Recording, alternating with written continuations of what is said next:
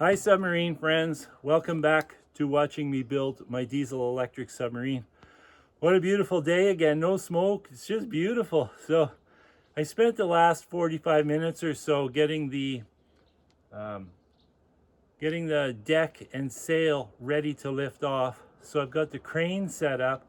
Now you can see I'm just using my 550 Ford 4x4 to lift that off because it's got this rigid crane with a winch. So you can, I can raise it up really gently, and I've got the hand control, which is pretty homemade. I'm going to show you. So it's just an old electric panel from a boat. You know how sometimes you do things that are temporary and they turn out never changing for 20 years? Well, I think this is going to be one of those cases. Anyways, it's not pretty, but it works. So anyways, I'm madly in love with this crane, by the way. It lifts these torpedo weights off that are almost 1,400 pounds each, picks them off of there like butter, no problem at all. So a couple of things that I want to change. Before I lift this off, I want to talk about this a bit. Right now, hang on, so right now, this is the vent tube that goes right here. And it's got two rubber connectors, one at each end. I don't like it. I never did like it. I just put up with it because it's not a safety item. In other words, if they leak and all the air escapes out of the ballast tank, all it's going to do is submerge to this level. It cannot submerge more than that unless you fill the internal variable ballast tank. And I did that by design. That is totally on purpose because you don't want to depend on the integrity of those tanks like solely. You need a backup. So if one floods, not the end of the world. I've actually thought about deflating a big truck inner tube and putting one in each ballast tank with an airline to it, and it could just live in there deflated. Won't take up much volume at all. But if ever you lost air containment, you could just inflate the inner tube in there and pick the thing right up. It wouldn't come up very, this is the water. Oh, you can't see it, but like, even if it came up 3 inches, it would get it out of the water it would raise it above the water level so you could walk out there and deal with whatever was going on. I actually carry this 2-part epoxy stuff that you can just mix together with your fingers. You just knead it together. It's 2 parts. And then if you have a pinhole weld or pinhole leak in one of the welds or something like that cracks or something, you can just put that stuff on there. You can even do it underwater. So it'll get you home. So I carry that stuff too. So what I'd like to do, I know I'm a windbag here, but I don't like that. So what I want to do, I've got these big, massive, well, massive is a relative term, but these are pretty big hydraulic lines. So I'm thinking this is much more robust. It's a bolt-on connection, like threaded onto a JIC fitting at each end. I like that a lot better. Now, when I built this sub originally, I had solenoid valves, one for the front and one for the back, 1-inch solenoid valves. And I bought cheap ones, which was a mistake. And what happened is I tightened one of them on because it was leaked, just little tiny leaks. So I tightened it up a bit more and the darn thing cracked. Like the housing broke. Well, I can't trust that. That's no good at all. So I decided, well, I'm not going to depend on these solenoids. I've used them on other submarines, totally reliable. And I even had a log salvage ROV that my brother and I built in the early 90s, and we were recovering sunken logs with it. And those valves worked on that ROV because it had big air chambers, thousands of cycles. All day long, it just went to the bottom, to the surface, all day long. Picked up a log, came up, all day, every day, for months. So they're really good. They work underwater really well.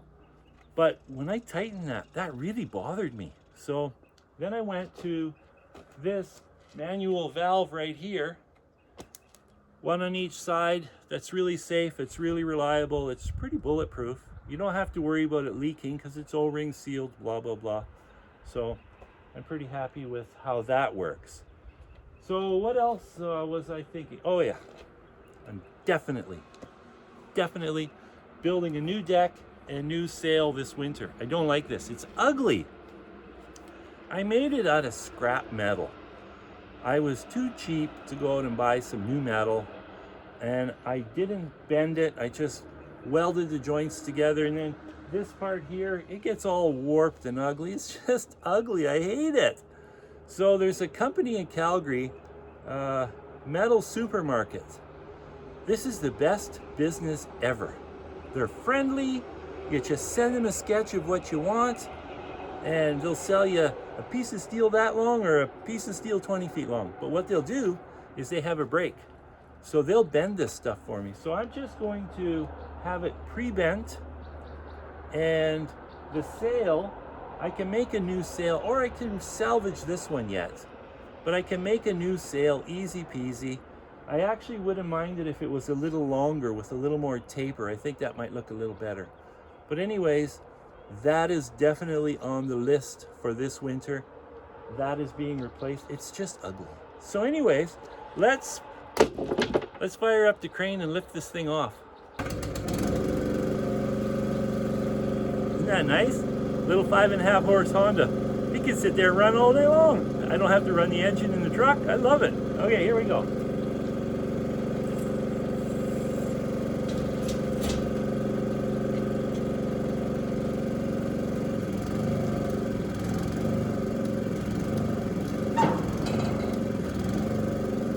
Catching on something.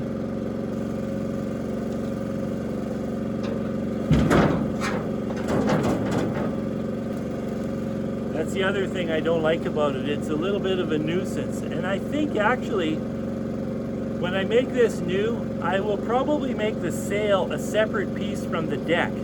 So I can remove the sail just by unbolting it.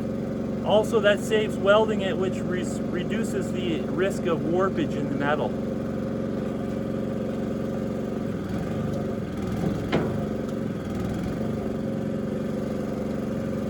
Stubborn.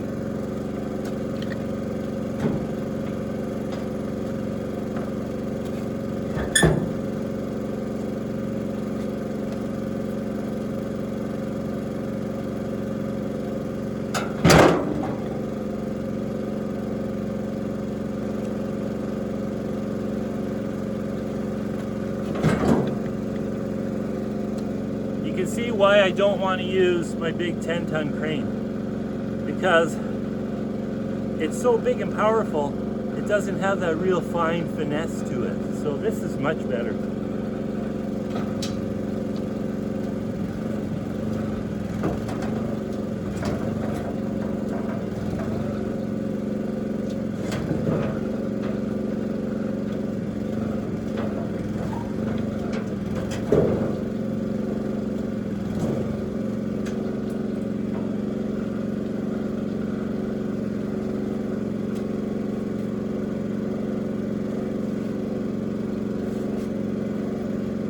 Well, that sucks. I just broke the wires off my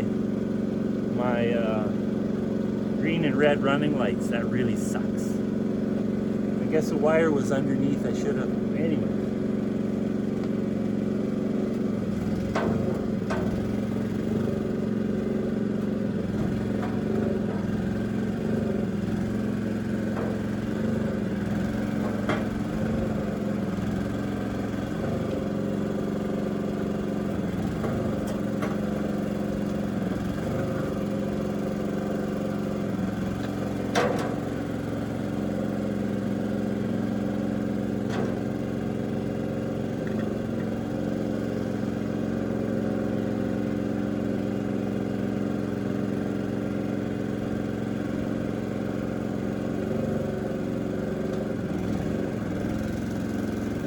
It's been so long since I worked on that, I also did not unplug the electric penetrator, but luckily it just pulls out for the exterior lights.